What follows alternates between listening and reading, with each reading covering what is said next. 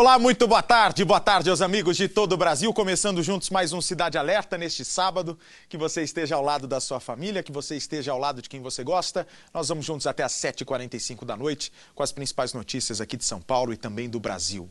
Uma mulher de 37 anos é encontrada, já morta, pelos irmãos dentro de um poço no quintal de casa onde morava. Esta é a mulher, a história ainda está me chegando, é uma história inédita.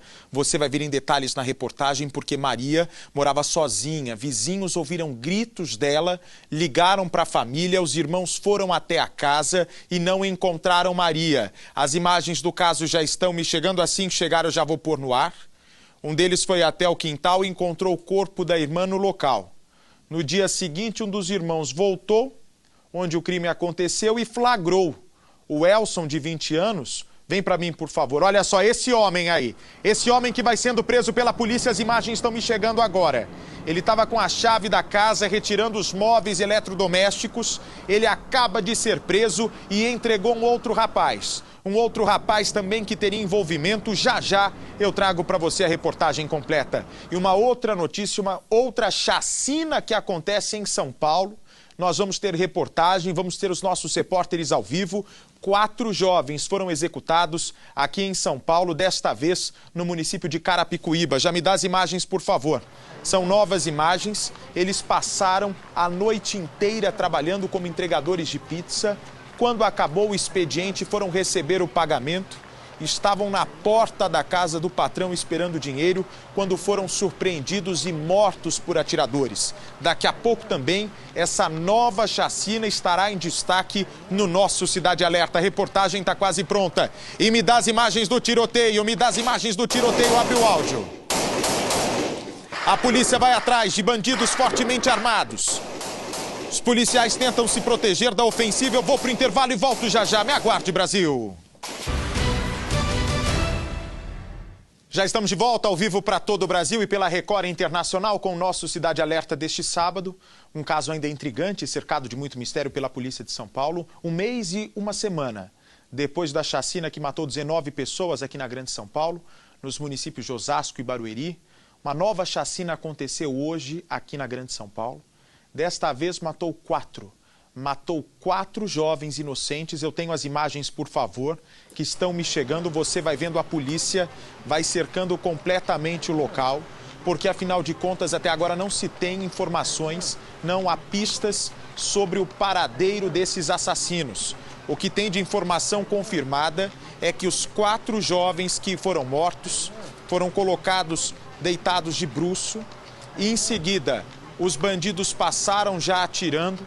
Imediatamente todos eles foram mortos. A informação é que não tiveram tempo de reagir. Os bandidos nem perguntaram nada, imediatamente já foram atirando e matando esses 4 jovens inocentes na Grande São Paulo. 30 dias, quase 40 dias depois de uma das maiores chacinas da Grande São Paulo, hein? E até agora a polícia de São Paulo não respondeu o que houve naquela chacina de Osasco e de Barueri. Até agora só tem um policial militar preso. Eu estou sobrevoando nesse momento com o nosso helicóptero o município de Carapicuíba, onde aconteceu esta madrugada essa outra chacina, hein? Nós estamos sobrevoando o local, daqui a pouco teremos informações ao vivo. Um sábado muito movimentado, as notícias estão sendo geradas. Para e passo de todas as afiliadas da Record do Brasil aqui para nossa sede em São Paulo, para levar até você a cobertura completa. Me dá a imagem do tiroteio que acabou de chegar, me dá a imagem do tiroteio. Você vai vendo, são imagens exclusivas do nosso Cidade Alerta. A polícia encurralada após ofensiva de traficantes que estão brigando com milicianos. E eu vou direto, hein? Eu vou direto com o nosso Leonardo Lara, que já tem as primeiras informações. Boa tarde, Lara. Olá, Bart, boa tarde a todos. É mais um episódio da guerra entre bandidos e milicianos na zona oeste do Rio de Janeiro. Moradores no meio desse fogo cruzado. A nossa equipe foi até o local mostrando o desespero de moradores no momento em que a polícia tentava chegar para surpreender os bandidos de um lado e de outros milicianos. Essa região, Bart, vive uma guerra há pelo menos 2 meses. Daqui a pouco, novas imagens e também informações desse confronto na zona oeste do Rio. inclusive, me chega um outro detalhe. Enquanto a polícia estava fazendo essa incursão pela comunidade, encontraram 2 corpos. Se não me engano, eram mototaxistas. É isso, Paulão? Seriam mototaxistas que também tiveram a morte de forma misteriosa e que agora a polícia do Rio de Janeiro vai conseguir esclarecer. Daqui a pouco eu levo para você a reportagem completa. Olha, gente, uma mulher de 37 anos de idade. 37 anos de idade. Segundo as informações que nós temos até agora, essa moça de 37, porque é moça ainda jovem, 37 anos, ela foi encontrada morta dentro de um poço. Na verdade, essa mulher que era querida até então pela família, pelos amigos, ela foi encontrada morta num poço no quintal da própria casa. A informação é que a Maria, que esta mulher morava sozinha, de repente vizinhos ouvem gritos da Maria.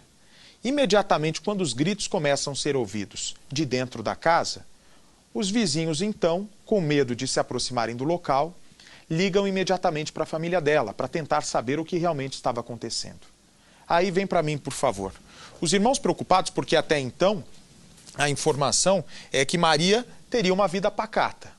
Os irmãos descobrem que estava tendo uma gritaria muito grande, uma situação suspeita dentro da casa de Maria, chegam até lá e não encontram Maria. Um dos irmãos, o que é que faz? Vai então até o quintal. Quando olha para o poço, lá estava o corpo de Maria, de 37 anos. No dia seguinte, um dos irmãos volta à casa de Maria e lá estava o Elson. O Elson, um rapaz jovem de 20 anos de idade, as imagens estão me chegando agora, são imagens inéditas do nosso Cidade Alerta, e o Elson, de 20 anos, já estava com as chaves da casa. Já estava retirando de dentro. Olha, ele sorri na delegacia, hein? O Elson sorri depois da prisão. A informação é que o Elson estava retirando já os móveis e os eletrodomésticos da vítima. Ele acaba preso. Você vai descobrir agora na reportagem inédita que acaba de me chegar quem na verdade é o Elson e quem é o comparsa que o Elson entregou. A relação que esses 2 bandidos tinham com a vítima Maria, de 37 anos, que foi morta de maneira bárbara, de forma cruel. Veja comigo a reportagem inédita, Brasil. Maria Rejane, de 37 anos, foi encontrada morta dentro de um poço no quintal da casa onde morava, em Boa Vista. A vítima morava sozinha e atualmente estava desempregada. No dia do crime, os vizinhos ouviram vários gritos vindos de dentro da casa da Rejane. Uma vizinha ligou para a família e avisou sobre o ocorrido. Os irmãos vieram até a casa de Rejane e, após muita procura, o corpo foi encontrado. Aí eu comecei a busca pela casa, no guarda-roupa, debaixo da cama, atrás do fogão, sendo que o fogão já estava fora do local. Atrás do fogão, até dentro da geladeira eu olhei, uma suspeita como suspeita, eu olhei, mas não estava. Em certo momento eu pensei que alguma coisa tivesse acontecido, que ela tivesse se cortado, tivesse ido para o hospital, por isso tinha aquelas manchas de sangue no local. A gente tirou a tampa e se deparou por aquela terrível situação, né? Ver a nossa irmã morta. Um dia após o crime, nós voltamos aqui ao local e flagramos 3 homens retirando os móveis de dentro da casa da Rejane. Em seguida, os irmãos dela chegaram. E o curioso é que, apesar dos familiares não reconhecê-los, um deles estava com a chave da casa. Para mim foi uma surpresa, porque eu não sabia. E quando eu cheguei aqui, estavam os 3 caras na casa e a gente conseguiu segurar um até a polícia chegar, dizendo que era marido dela. E não era, eu não conhecia esses caras.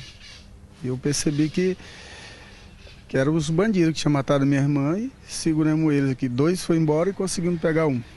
E, supostamente, esse rapaz é o principal acusado de ter matado a sua irmã. Sim, esse sim. Questionado sobre estar com a chave, Elson Rodrigues de Souza, de 20 anos, ficou nervoso e não soube explicar e negou a autoria do crime. Não tenho nada a esconder, não. Tu tem? Qual foi a última vez que tu viu ela? Foi antes de ontem. Tu falou que já estava com uma semana que não vinha aqui. Não. Tu falou ainda agora que estava com uma semana que tu não vinha aqui. Antes de ontem foi o dia que ela morreu. Entendeu? Antes de ontem foi o dia que ela morreu. Que dia que tu viu ela? Antes de ontem. Antes de ontem. Sexta. Antes de ontem foi o quê? Sexta, né? Sexta. Aí sábado de manhã ela foi encontrada morta. Sim. E sexta-feira você viu ela. E a chave, como é que ela te entregou a chave se ela estava morta? Menos de 24 horas depois, a polícia conseguiu solucionar o caso. Na delegacia, o depoimento de Elson mudou. Ele confessou ter cometido o crime e apontou um comparsa, Romário Martins da Conceição, de 22 anos. Tenho participação em nada nesse crime aí. Romário, ele tem participação? Tem. Ele que levou você até a casa? Foi, ele e ela. Olha, muitas informações estão me chegando agora sobre diferentes casos. Primeiro, o da chacina durante a madrugada aqui em São Paulo, 4 inocentes mortos. Mas enquanto a reportagem está sendo editada, aqui o helicóptero da Record está se aproximando de uma área aqui na Grande São Paulo. Pode pôr no ar o helicóptero, por favor. Uma área onde acaba de ser encontrado, vem para mim, por favor. Acaba de ser encontrado, agora sim restabelecemos o sinal.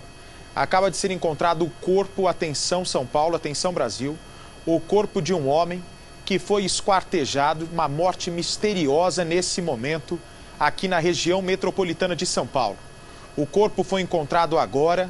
Nesse momento, a informação é que a perícia está sendo feita. Os policiais científicos da Polícia Civil estão chegando no local agora para levantar as informações de quem teria matado esse homem e não deixaram o corpo num estado nem de que seja possível a identificação, para você ver tamanha barbárie, tamanha tragédia na vida desse homem. Daqui a pouco nós vamos chegar ao local, a polícia está lá, a nossa equipe de reportagem inteira mobilizada também por terra, dentro de instantes vai trazer as informações. Está preso o integrante da quadrilha de roubo a carros que aceita encomendas. Imagine só, o homem que você está vendo aí, olha, ele foi flagrado 2 vezes por câmeras de segurança, pode soltar a imagem, porque com ele a polícia encontrou uma agenda com vários pedidos. Você podia escolher a marca, podia escolher o modelo a ser roubado. E a quadrilha já estava roubando, em média, 2 veículos por dia. 60 carros roubados por mês. Põe no ar. Seria mais um dia tranquilo de trabalho se o motorista do carro vermelho não tivesse cruzado com os ladrões que estão no veículo prata, parado na esquina. Enquanto o comerciário manobra, um dos bandidos sobe a rua a pé. O homem de boné e casaco saca uma arma e anuncia o roubo. O condutor deixa o veículo e fica na calçada. O ladrão assume o volante e ainda dá marcha ré e volta para exigir a carteira do motorista, que fica com os documentos e entrega apenas o dinheiro. Veja mais uma vez, agora com a imagem mais fechada, o momento em que o criminoso se aproxima do carro onde está a vítima. Após o roubo, que durou aproximadamente 1 minuto e meio, o comerciário corre para acionar a polícia. Assim que eu estava encostando o carro, na verdade eu não tinha nem desligado o carro, eu tinha encostado o carro, mas eu estava pegando objetos meus dentro do carro ainda. Quando eu vi esse cidadão entrar na rua, eu não maldei, né, porque muita gente passa esse momento na rua, eu não maldei. E continuei com a cabeça baixa, pegando. Quando eu dei por conta, ele já estava com a mão na porta, me pedindo que eu deixasse o carro, mas deixasse a chave na ignição. O alerta está na placa e foi aqui nesta esquina do bairro de Quintino que o comerciário teve o veículo levado pelos criminosos por volta das 6 da manhã no fim do mês passado. Segundo as investigações, os autores do crime pertencem a uma quadrilha especializada em roubos de carro aqui na Zona Norte. O detalhe é que todos os veículos são roubados por encomenda.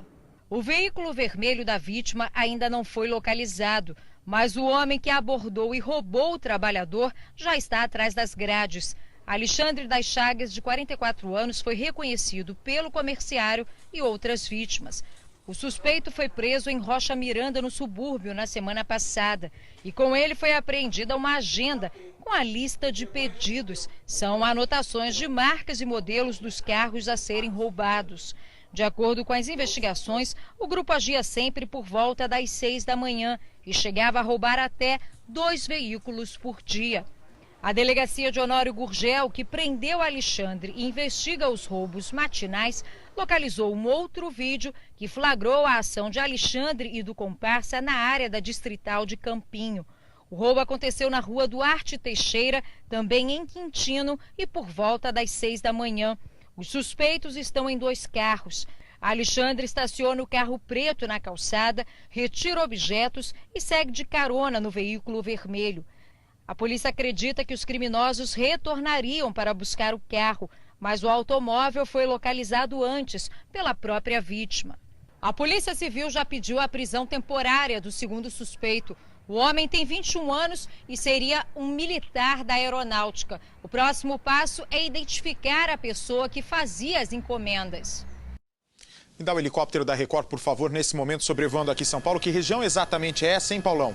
São 5h51 da tarde, pelo horário de Brasília. Nós estamos sobrevoando a região do Grajaú, aqui no município de São Paulo. A polícia militar acaba de chegar ao local.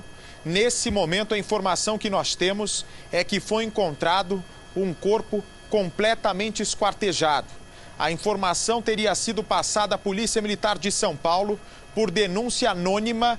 Uma denúncia anônima chegou aos policiais que, nesse momento, tentam descobrir quem teria matado este homem ou então esta mulher de forma bárbara aqui na Grande São Paulo, com requintes de crueldade. Eu tenho, nesse momento, as primeiras informações ao vivo com o nosso Polito. Boa tarde para você, Polito.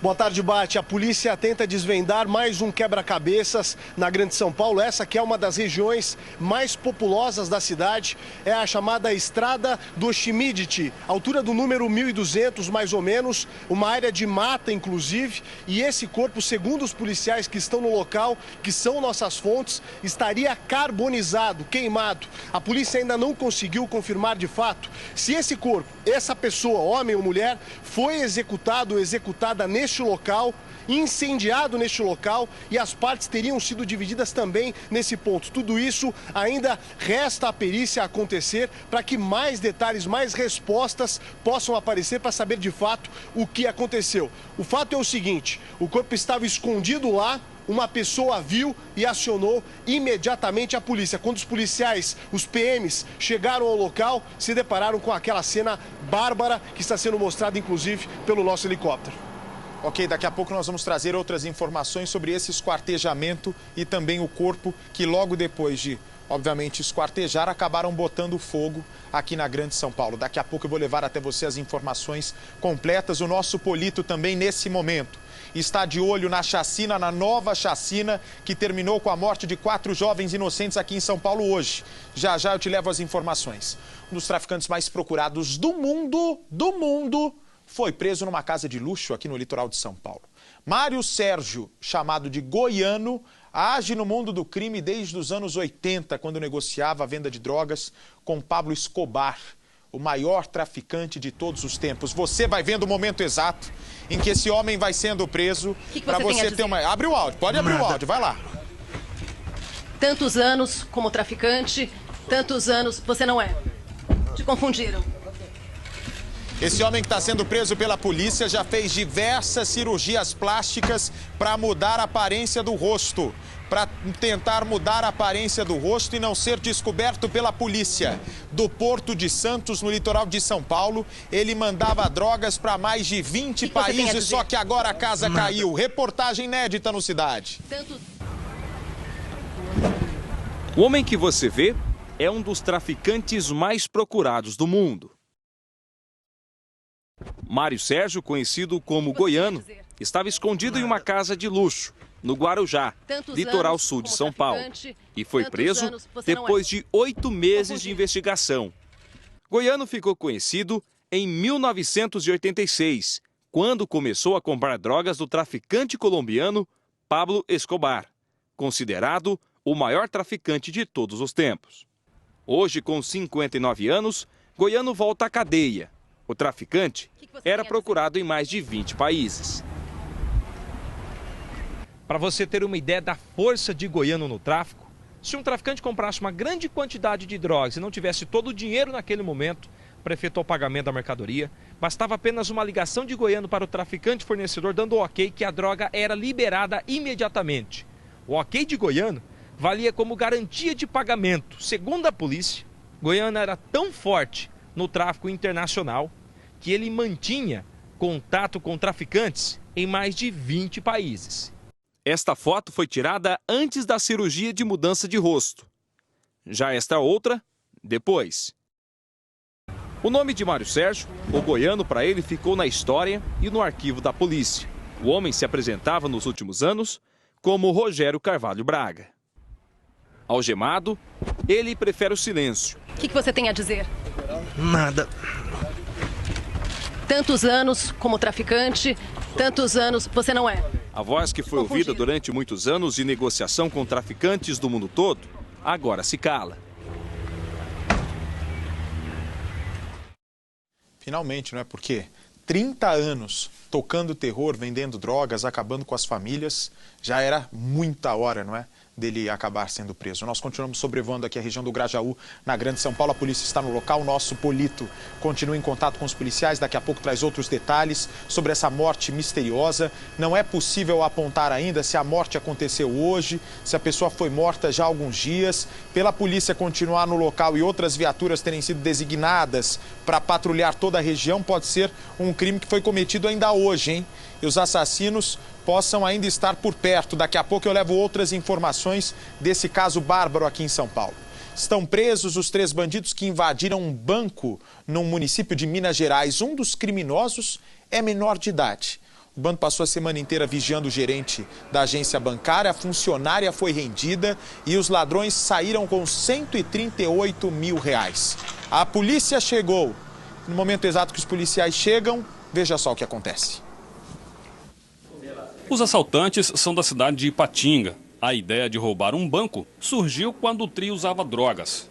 Rapaz, o negócio é o seguinte, nós estávamos fumando baseadinho lá na quebrada, fumando bagulho lá. Aí deu na ideia de nós ir fumar um dinheirinho. Falei assim, não, vamos fumar uma mixariazinha assim.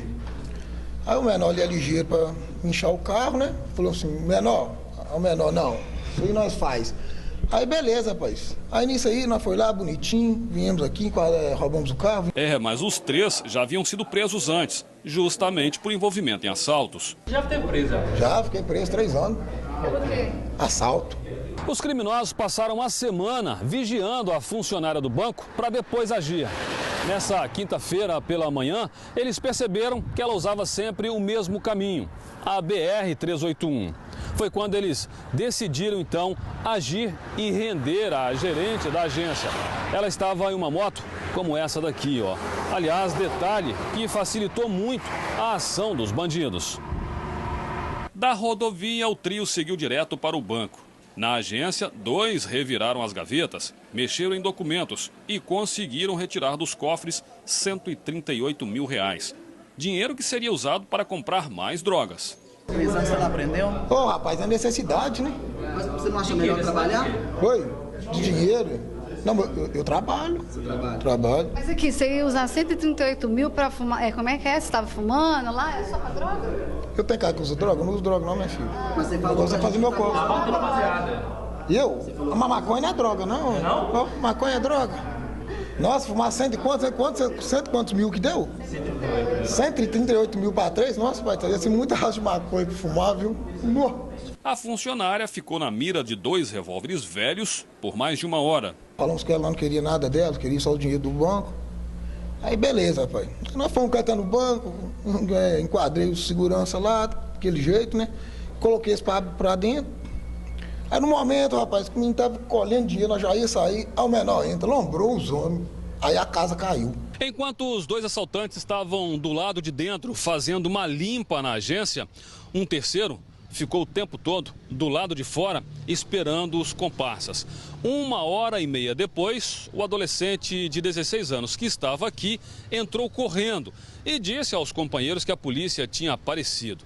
O trio até chegou a fugir de carro, um carro que inclusive os assaltantes tinham roubado dias antes.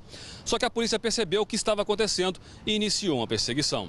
Os bandidos não se entregaram e trocaram tiros com os policiais. Aí nós entramos dentro do carro, aquele alvoroço todo de fuga pura. Tá? Aí, menor, você é tentado na fuga, rapaz. Aqui, o carro capotou, mas você não tem culpa não, mano. Aí pilota muito, tá? Mas vocês trocaram tiro com a polícia? Tiro em boba à toa. Ao chegar à BR-381, os assaltantes capotaram o carro no mesmo local onde pegaram a gerente do banco. O veículo ficou completamente destruído e precisou ser rebocado.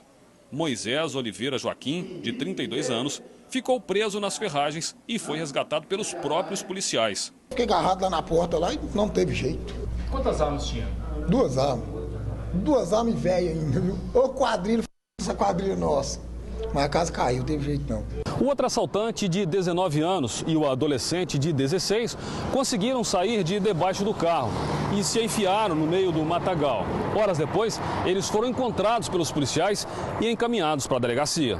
Moisés ainda debochou da situação, dizendo que faltou pouco para conseguir fugir. O negócio que a polícia foi mais sagaz que nós. Se na hora dessa também nós estávamos com a boa.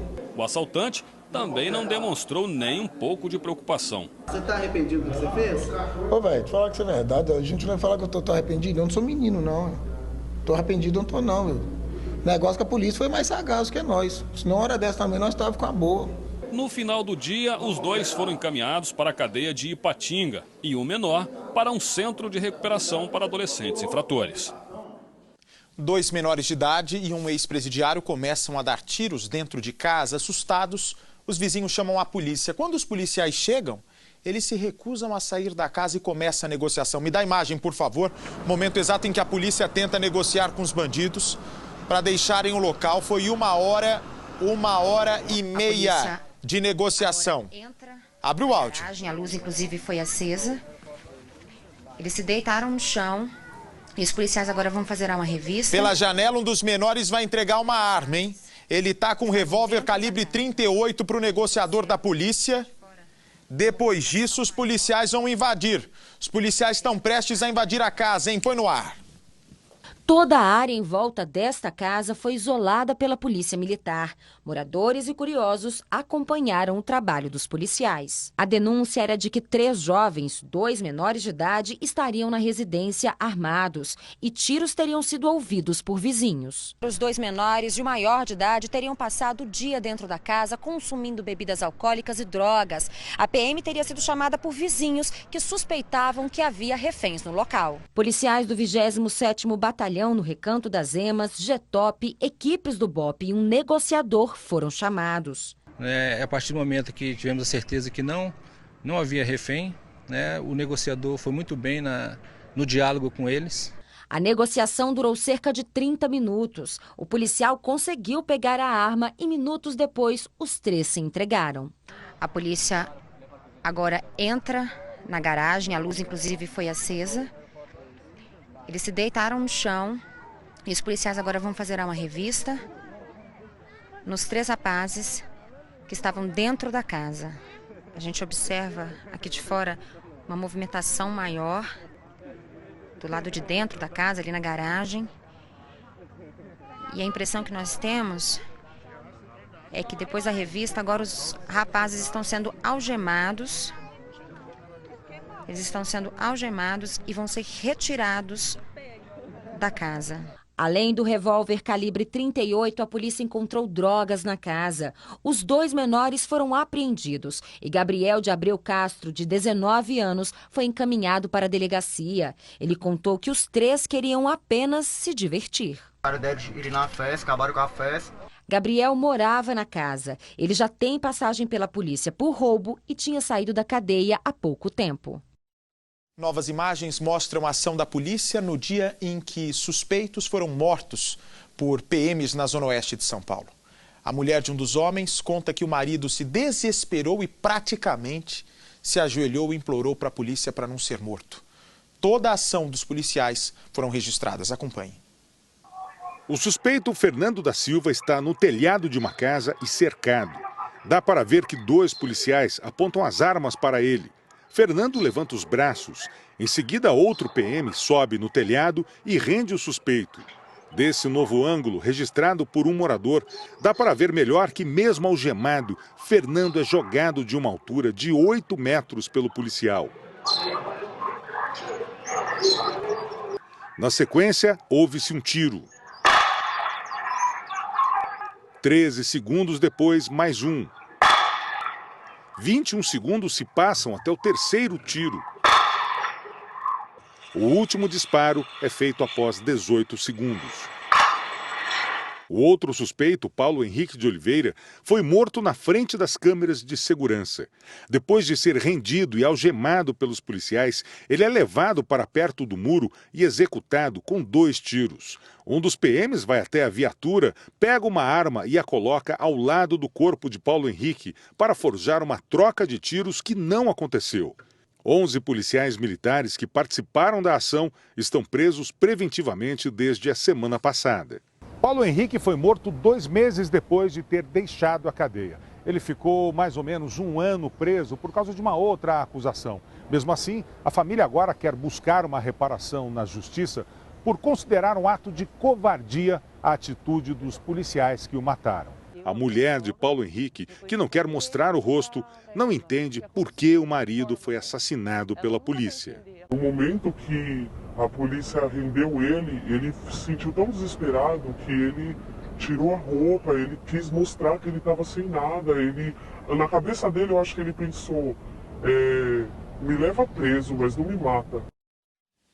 Olha, me chega agora uma informação, uma reportagem inédita, que o delegado, que se chama Vânio, 43 anos, ele foi morto depois de uma briga num posto de gasolina. A informação é que o policial levou 3 tiros e ainda a pessoa que matou o policial, matou o delegado, vai até o corpo dele para verificar se realmente ele estava morto e ainda rouba a arma. Quer ver? Tem uma imagem do circuito de segurança que mostra ainda o delegado e os criminosos dentro da loja antes de começar a confusão mais quente. Eles começam uma discussão e logo depois dessa discussão eles saem da loja.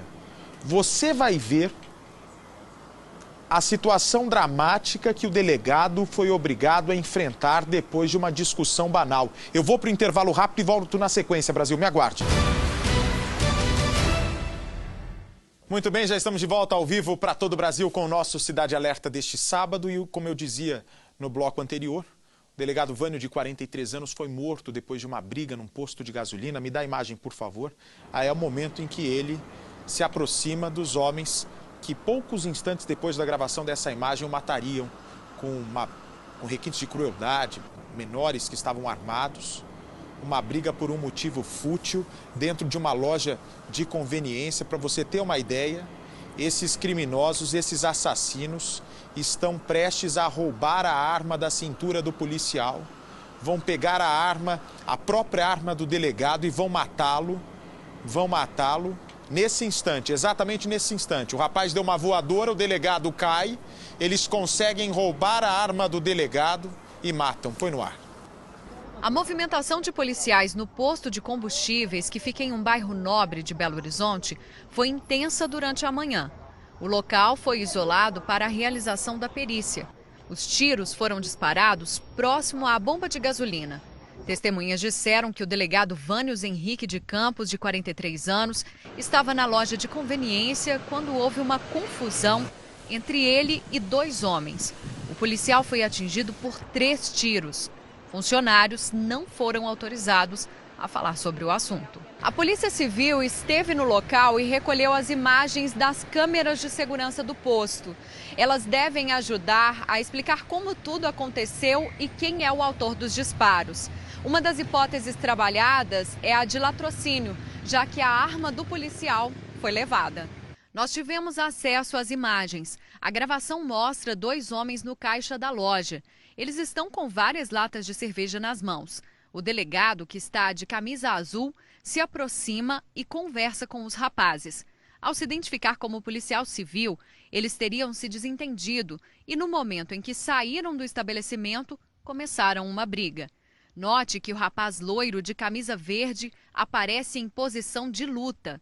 As câmeras não registraram, mas logo depois a arma do policial teria caído no chão e ele foi baleado. Esta moradora do bairro diz que ouviu um barulho no final da madrugada, mas não imaginava que se tratava de um assassinato. A gente ouviu um barulho diferente, falei, não, esse é barulho de tiro, mas nem olhando. O Rabecão ainda estava aqui às 6 da manhã. E foi aí que a gente viu que realmente o barulho que a gente tinha escutado era diferente um pouco dos outros dias. Eu vou direto até Belo Horizonte com a nossa repórter Virgínia Nalon, que está desde o começo da manhã, quando aconteceu esse assassinato, de olho nessa história, nos desdobramentos, na atualização da polícia, e nos traz agora as informações ao vivo. Boa noite, Virgínia.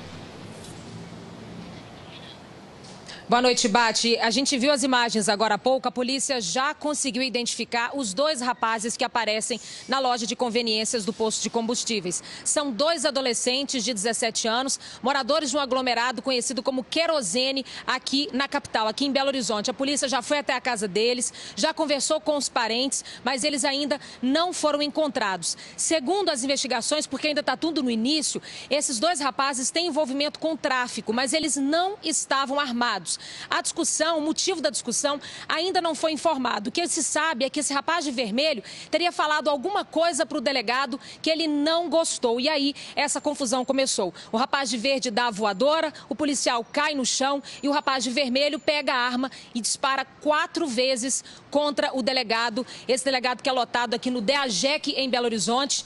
Ele muito querido pelos colegas de trabalho, 43 anos. E agora a polícia está à procura desses 2 rapazes que ainda estão foragidos. A arma do policial que foi levada ainda não foi encontrada. Bate. Obrigado pelas informações, Virgínia. Se tiver alguma informação nova sobre esse caso, por favor, você tem prioridade. É só me chamar aqui. Uma empresária brasileira é encontrada morta na mansão onde morava com o marido em Portugal. Maria Larsson, de 60 anos, era casada com um sueco. Ele teria se matado dias antes ao se jogar num penhasco. A polícia investiga a morte da brasileira. Me dá a imagem, por favor. Maria e Anders moravam nesse condomínio de luxo, onde a nossa equipe de reportagem da Record Europa vai se aproximando. Aí, para você ter uma ideia, para comprar uma casa tem que ter no mínimo 20 milhões à vista para você comprar uma casa aí. As imagens da brasileira e também do marido dela até agora não foram divulgadas pela polícia portuguesa. O caso, nesse momento, ainda é um grande mistério, até para policiais que têm muita experiência. Veja comigo. O Cabo da Roca, um dos pontos preferidos por muitos turistas que visitam Portugal, é conhecido pelo enorme desfiladeiro com 140 metros de altura. Foi lá embaixo que a polícia encontrou o corpo do sueco Anders Christer Larsson. Ele teria cometido suicídio. Na manhã do último domingo, o sueco de 58 anos dirigiu cerca de 15 quilômetros da casa dele até esse mirante, que é um dos mais visitados aqui no Cabo da Roca. Testemunhas contaram à polícia que ele estava sozinho quando atravessou esse cercado de proteção e se atirou do penhasco. Os bombeiros foram chamados, mas quando chegaram aqui, o Anders já estava morto. Com os documentos do sueco, a polícia descobriu o endereço dele e fez o caminho contrário até chegar a este luxuoso condomínio em uma região nobre de Lisboa, de onde ele havia saído horas antes. Aqui o homem morava com Maria Estela Larsson, uma empresária bem-sucedida do ramo imobiliário, com empresa sediada em São Paulo. Sem resposta de dentro de casa, os policiais arrombaram a porta e tiveram a surpresa. Ela também estava morta. Segundo a polícia, a brasileira estava caída no chão de casa e tinha sinais de asfixia. Só a autópsia vai revelar a causa exata da morte, mas os investigadores portugueses já têm uma linha de investigação. Eles acreditam que durante uma briga, Maria Estela foi morta pelo marido, que depois do crime saiu daqui já decidido a pôr fim à própria vida. No condomínio onde o casal morava, mansões chegam a custar até 5 milhões de euros, quase 20 milhões de reais. Por aqui, o sistema de segurança é rígido e ninguém fala sobre o caso. Os laudos da Polícia Judiciária de Portugal devem ajudar a esclarecer o mistério, mas não tem data para sair. O Itamaraty informou que vai apurar as mortes. Eu vou falar daqui a pouco sobre a chacina que aconteceu essa madrugada aqui em São Paulo, no município de Carapicuíba. 4 jovens inocentes, eram entregadores de pizza, estavam na frente da casa do patrão, onde receberiam o dinheirinho por terem trabalhado na noite de sexta-feira. Os atiradores passaram atirando. Daqui a pouco um caso também enigmático, um mistério aqui na Grande São Paulo, que eu levo até você em detalhe já aqui na Record. Uma adolescente de 13 anos é abusada por 3 colegas de escola que moram, inclusive, no mesmo bairro aqui em São Paulo. A garota fazia o caminho de sempre para aula de reforço. De repente, ela é convencida a entrar na casa da mãe de um dos garotos. E exatamente nesse local onde aconteceu essa sessão de abuso. Os 3 adolescentes foram chamados à delegacia. Prestaram depoimento e adivinha se eles não foram liberados. A vítima agora, olha o olhar dela. O olhar de tristeza. O olhar da tragédia. Está completamente traumatizada, não sai mais de casa. Põe a imagem, pode soltar as imagens para mim, por favor. 13 anos, ela ainda mostra as marcas pelo corpo das agressões sofridas durante esse abuso sexual. Eu vou levar para você a reportagem completa. Aliás, vem para mim, por favor, porque esse caso é bom para alertar. Eu conversava essa semana com uma amiga que imagine só a tragédia na família dela. A filha acabou se suicidando 10 anos depois de ter sido abusada sexualmente. Então, esse trauma que fica na menina, se você não tiver um amparo médico muito forte, causa transtornos para uma vida inteira, para uma família. Mas nesse caso, eu tenho certeza que ela vai ter todo o cuidado do mundo e o carinho da família. Veja comigo a reportagem. No corpo da menina, ainda há marcas. Ela contou para a mãe e tia que os abusadores a seguraram pelos braços.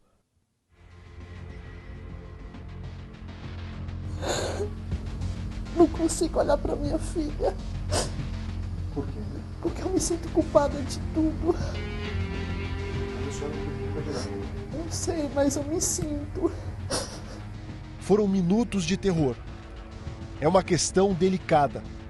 Quem fez isso, segundo a família da vítima, foram 3 colegas da mesma escola em que ela estuda e que moram no mesmo bairro.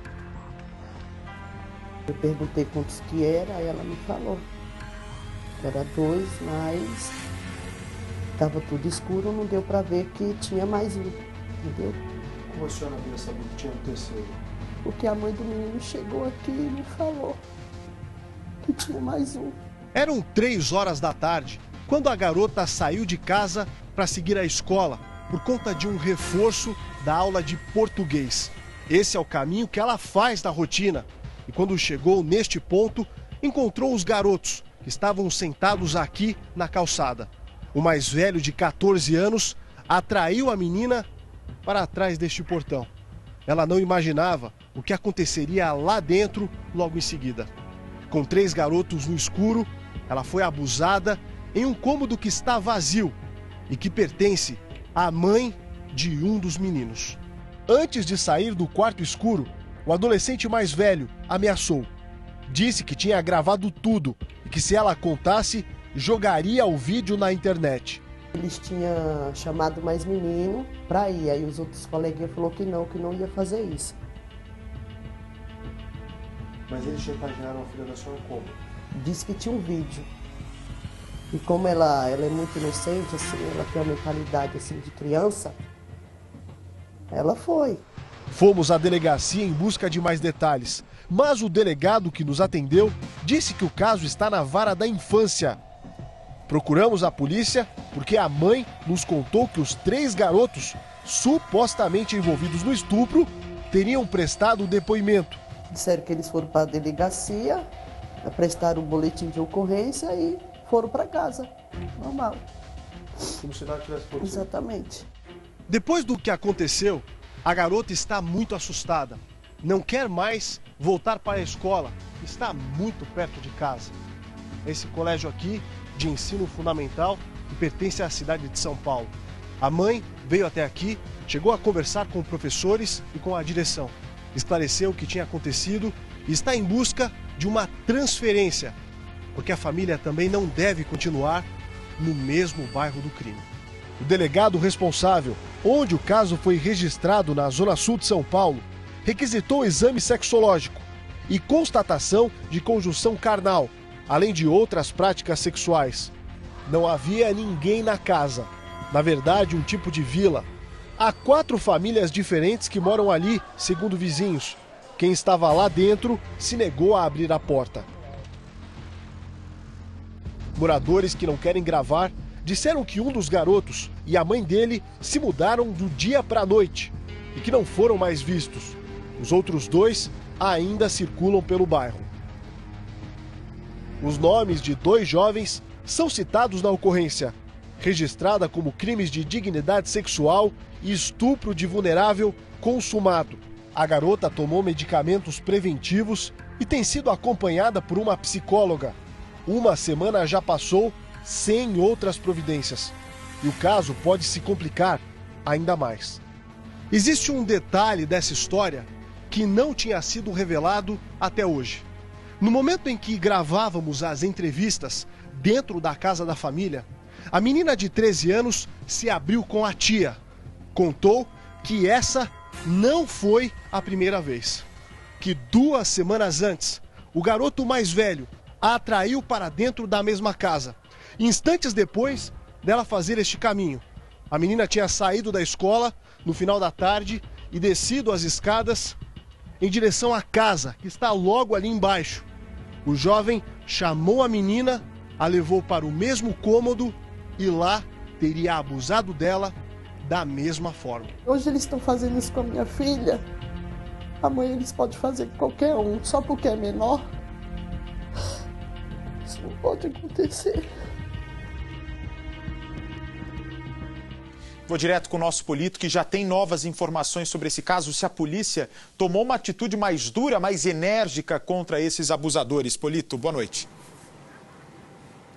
Pois é, Bate, boa noite. Agora a polícia quer ouvir de novo esses garotos. Chama muita atenção nesse caso, justamente porque o depoimento foi tomado e eles não foram apreendidos. A polícia entende que são necessárias mais provas e mais testemunhas para que esses jovens possam, num futuro, ser punidos. Até porque casos que envolvem violência sexual, ainda mais de menores de idade, seguem em sigilo de justiça. O fato é que, quando o boletim de ocorrência foi registrado, apenas 2 nomes apareciam. Nomes que estão protegidos justamente por conta do Estatuto da Criança e do Adolescente. O terceiro nome só apareceu na investigação, Bate, no momento em que a mãe desse garoto, e revoltada, descobriu toda a situação e foi à casa da vítima. As mães, portanto, se conhecem. Uma teria relatado à outra que o filho estava também envolvido nesse ataque sexual que aconteceu na casa de uma outra vizinha. Os adolescentes agora vão ser ouvidos mais uma vez. O caso continua a ser investigado e é claro que nós estamos acompanhando de perto para saber de fato o que vai acontecer, porque essa menina continua muito traumatizada. A mãe, inclusive, no momento que gravávamos a entrevista, não contou para ela que nós estávamos lá na casa. Deu uma desculpa para a garota que foi mantida na parte de cima. Apenas eu subi com a tia, minutos depois me apresentei como amigo dela e assim a conversa conseguiu fluir. Foi nesse momento que a garota se sentiu, de certa forma, pressionada ou até acolhida por essa tia e se abriu, contando que 2 semanas antes de tudo isso, tinha mantido relações sexuais forçadas com o garoto mais velho de apenas 14 anos. E esse fator agora deve sim ser anexado ao inquérito policial para saber de fato se ocorreu ou não. O fato é que os laudos devem sair em cerca de 30 dias e aí sim o delegado deve tomar medidas mais enérgicas em relação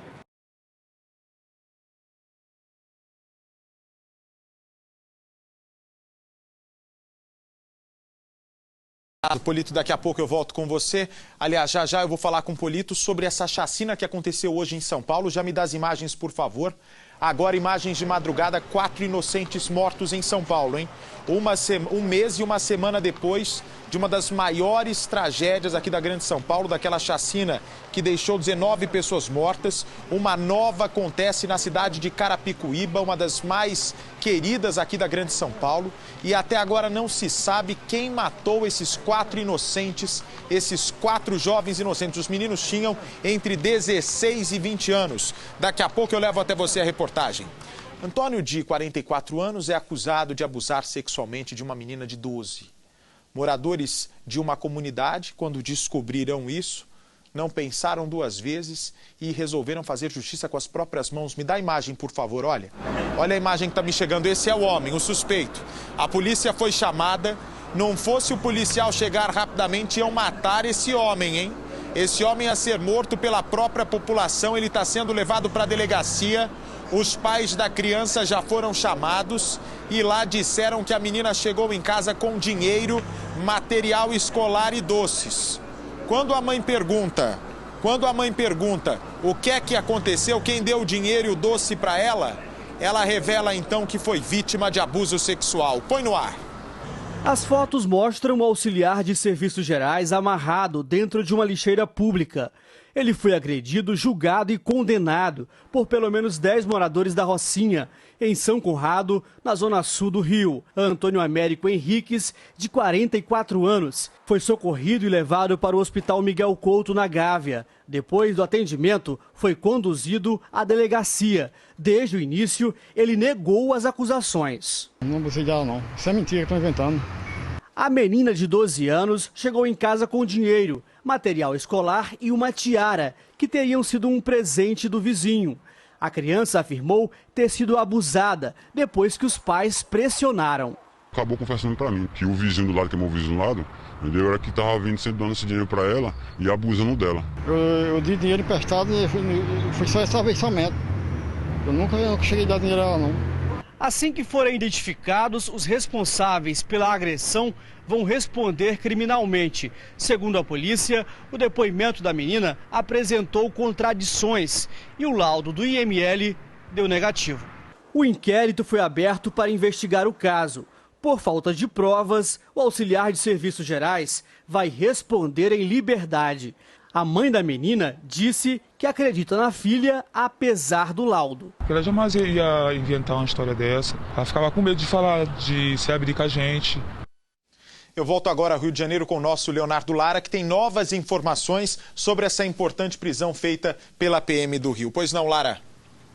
Olha, Bate, a Rocinha é uma das comunidades mais vigiadas do Rio de Janeiro. Tem câmera de segurança por todos os lados. A polícia, então, pretende analisar as imagens, primeiro, para saber se realmente houve o abuso, já que o suposto estuprador nega e também há várias contradições no depoimento da garota. E o laudo deu negativo. E também vão usar as imagens para tentar descobrir, Bate, quem foram os agressores que podem responder, inclusive, por tentativa de homicídio. Recebi agora a informação que depois que o suposto estuprador prestou depoimento, ele precisou voltar para o hospital depois de sofrer aí essa sequência de agressões. Eram pelo menos 10 homens que cercaram ele, amarraram o homem e colocaram dentro de uma lata de lixo, Bate. Esse é o nosso Leonardo Lara. Aliás, o Léo, que tem um carinho muito grande, porque em 2013 ele era o meu repórter lá do nosso link das entradas ao vivo no Rio, quando nós tivemos uma das maiores audiências das manhãs do Rio de Janeiro, no nosso balanço geral, quando eu apresentava lá no Rio de Janeiro mesmo para todo o estado. E hoje eu tenho o maior orgulho. Pode mostrar o Léo, que hoje está crescendo cada vez mais como repórter aqui na Record, faz diversas matérias e entra ao vivo comigo aqui no nosso Cidade Alerta, no Balanço. Aliás, está comigo todo dia no Balanço Geral às 6 da manhã aqui para São Paulo, 6h30 para todo o Brasil, mas tinha que estar ao vivo todo dia no Balanço, já pedi. Quem sabe um dia vão deixar o nosso Leonardo Lara todo dia ao vivo aqui na Record. Me dá o helicóptero, por favor, daqui a pouco eu vou para lá. Daqui a pouco eu vou para lá. Eu estava vendo aqui, mas a gente está terminando de fechar o sinal, tem trânsito gigantesco. Por que está esse trânsito todo? Pode cortar para lá agora. Por que está esse trânsito todo hoje em São Paulo, hein? Por causa do calor? Ah, mas as pessoas foram viajar, foram e voltaram então para a praia, foram fazer um bate-volta, é isso? Uma farofada, levaram aquele frangão assado bom, aquela farofa, né? Que mais? Hein? Aquele suco de limão. Que é? Que mais que leva? Maionese? Né? Uma maionese no calor assim estraga, meu filho, não leva não. Mas é o povo voltando para casa, pão com mortadela. Pois é. Pois é, quanta gente voltando agora. É na Praça do Pedágio, na altura de Itaquaquecetuba, que a gente está, é? Ali no entroncamento de Itaquaquecetuba com o município de Guarulhos. Muito bom, boa viagem, bom retorno para quem está indo para casa e boa viagem para quem está indo descansar aí, aproveitar o domingo. É, igual a gente trabalha sábado até 8 horas da noite, sobra agora para viajar. Preso assaltante que usava guarda-chuva e lençol para não ser reconhecido. O tempo está aberto, firme, sol forte. Mas a Mauri insiste em assaltar assim, ó, quer ver? Põe a imagem, por favor. De guarda-chuva. Ele entra na loja com o guarda-chuva aberto. Deixa eu ver direito essa história, põe no ar. O rapaz vem pela calçada e, apesar do tempo firme, caminha com um guarda-chuva aberto. Pouco antes de entrar no supermercado e começar a ser gravado pelas câmeras de segurança, ele abre um lençol branco e coloca sobre o corpo. Note que a funcionária parece perceber algo estranho lá fora. É quando o assaltante entra e anuncia o assalto. Uma amiga da atendente, que também trabalha no supermercado, conta como foi a ação. Ele chegou com o lençol na cabeça, né, o guarda-chuva, e falou para ela que era um assalto, pediu para ela passar o dinheiro. para ela não alarmar, que se a polícia passasse aqui, que já tinha... Ele, inclusive, ele deve ter visto a polícia passar, né? Porque ele veio a pé, ele deixou a moto atrás do quarteirão aqui e veio a pé. Nessa outra imagem é possível ver que a atendente confere o dinheiro no caixa. Ela tinha começado a trabalhar há pouco tempo. Veja que é possível ver a arma na mão do assaltante. O guarda-chuva usado pelo criminoso é transparente. É por isso que a todo momento ele tenta esconder o rosto e a cabeça com o lençol. O caixa onde a funcionária abordada trabalhava era este aqui. Da gaveta, o bandido conseguiu pegar R$250. Depois ele pediu que a funcionária abrisse essa outra gaveta. Como ela não tinha chave, ele então exigiu que ela colocasse dentro de outra sacola vários objetos que estavam aqui em cima. A atendente levanta, abre uma sacola e coloca dentro isqueiros, saquinhos de fumo e bala. Quando o criminoso sai, a funcionária entra em desespero. Já do lado de fora, o bandido foge pela mesma direção que chegou, sem se preocupar com o lençol que cai no chão. O objeto é abandonado na calçada. O homem que aparece nas imagens é Amaury Silva Barbosa, de 33 anos. Ele é suspeito de cometer outros crimes na cidade. Amaury foi preso poucas horas depois de cometer o crime e levado para o presídio de Campos Gerais. Hoje, logo cedo, o nosso Paulão Carvalho aqui, editor-chefe do nosso Cidade Alerta, me liga e fala: Bate, outra chacina aconteceu. Eu falei, mas não é possível.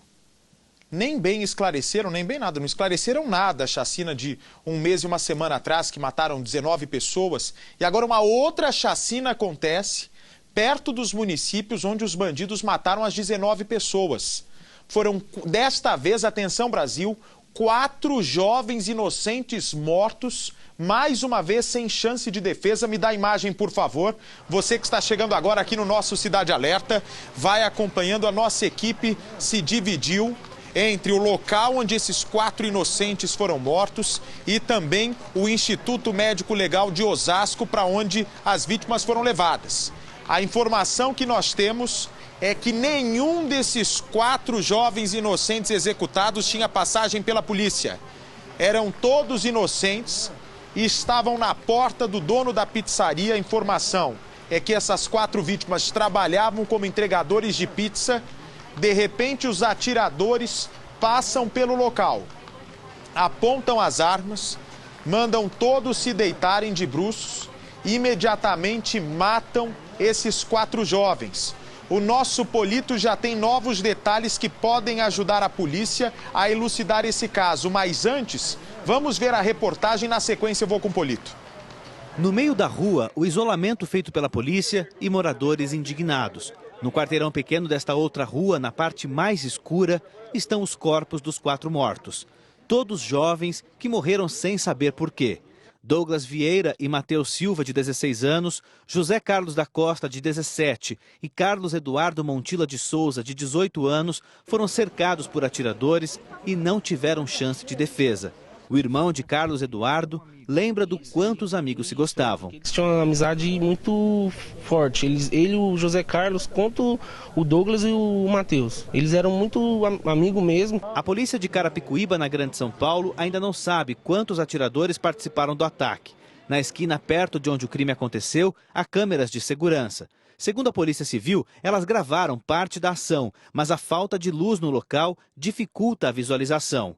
Mesmo assim, a gravação vai ser analisada. Ao lado dos corpos ficaram as 2 motos que eles usavam para trabalhar. Douglas e José Carlos trabalhavam aqui na pizzaria. Eles fizeram entregas até o fim da noite junto com o Matheus e o Carlos Eduardo. Quando terminou o expediente, eles foram então receber do patrão, que mora no andar de cima. Por isso, a entrada da casa fica na rua lateral onde aconteceu a chacina. Eles já estavam esperando o dinheiro quando foram surpreendidos pelos tiros. Por enquanto, não há testemunhas do crime, o que dificulta a investigação da chacina. Sem respostas, a indignação dos parentes e amigos se mistura com a dor. Os meninos bons, né, trabalhadores, os meninos estudavam de manhã, trabalhavam na pizzaria à noite. Era 4 moleques que estavam batalhando para ter as coisas dele no futuro, não era nenhum marginal ali não. Pode puxar aí, ó.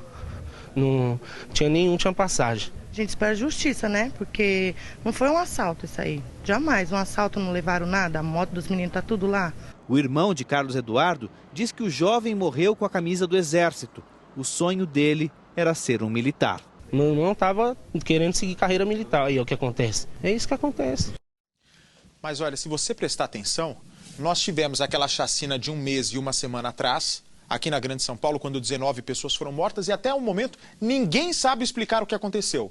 Prenderam só um policial militar e a polícia de São Paulo não dá mais satisfação, decretaram um sigilo, segredo de justiça, portanto ninguém sabe o que realmente aconteceu. E demorou 1 mês e 1 semana de 19 mortos. E ninguém vem a público para dizer o que realmente aconteceu, demorou demais. Como lá na minha cidade natal, Mogi das Cruzes, foram 3 chacinas desde o começo do ano e até agora não tem uma explicação, não tem gente presa para contar história.